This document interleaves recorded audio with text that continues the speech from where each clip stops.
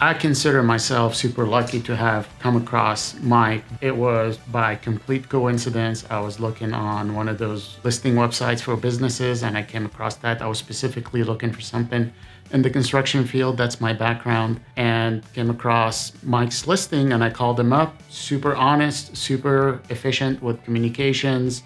I was impressed with Steven's financials, but then also the way Mike presented them. It was the cleanest financials I've ever seen in a 6-month search for a business. I thought he was also representing me because I thought he was guiding me through there and also preserving his client's best interest, but also making sure that I'm well qualified. And I went through a really rough time during that process where my mom passed away and I had to go to Lebanon. And Mike is a very spiritual guy and also guided me through that tough time. So I got a broker, but I also got a spiritual person that's very understanding.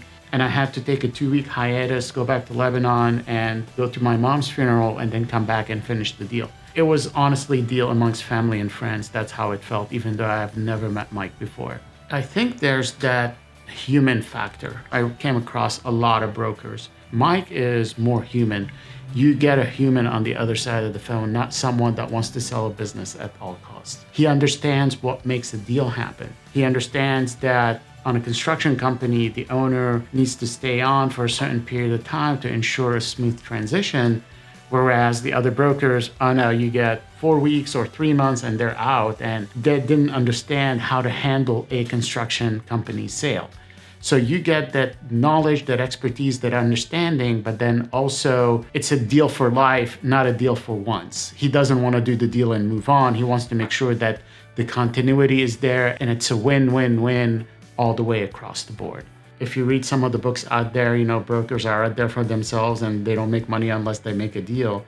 For him, it went really beyond that. It went to make sure that this is a deal that's going to hold water, that it's good for the seller and for the buyer for the long term. Packaging, financing, finding different ways of financing the deals. We came across a couple of road bumps during the deal, and he was very creative and knowledgeable about finding different ways on how to fund the deal in order to get it closed.